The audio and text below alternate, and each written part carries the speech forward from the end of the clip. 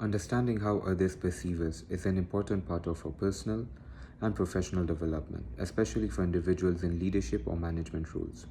Recently, I interviewed two people in my life, a close friend and a colleague, to understand how they perceive me. Both individuals describe me as hardworking, dependable, and calm under pressure.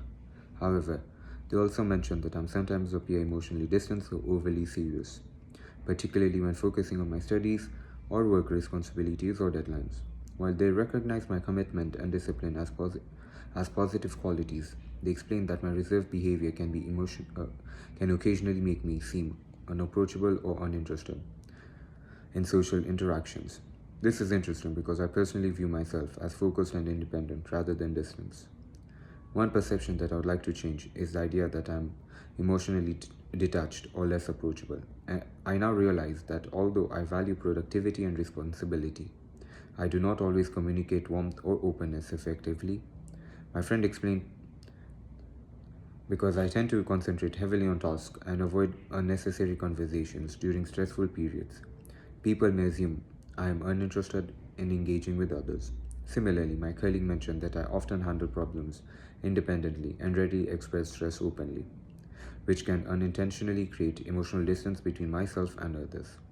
Segal 2021 showed that leadership perceptions are often shaped by communication style and interpersonal behavior, even when intentions are positive. I recognize that I contributed to this perception through my own behavior.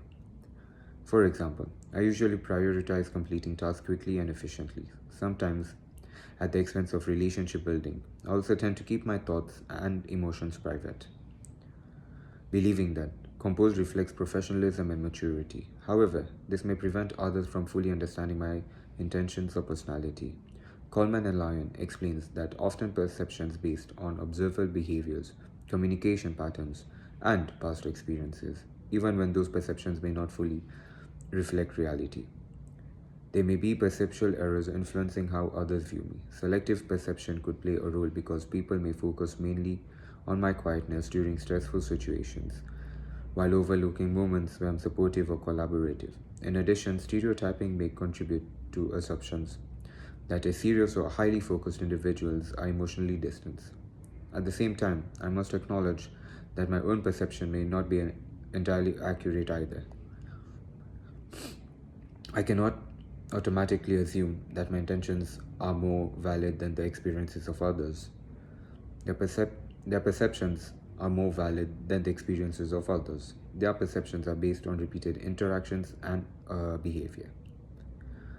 According to Hopkins, effectiveness is often influenced by how others interpret behaviors and emotional expressions within workplace. This experience helped me to understand that effective leadership requires not only competence and discipline but also emotional connection and communication.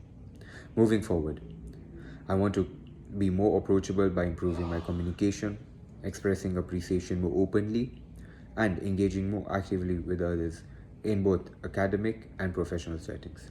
Thank you.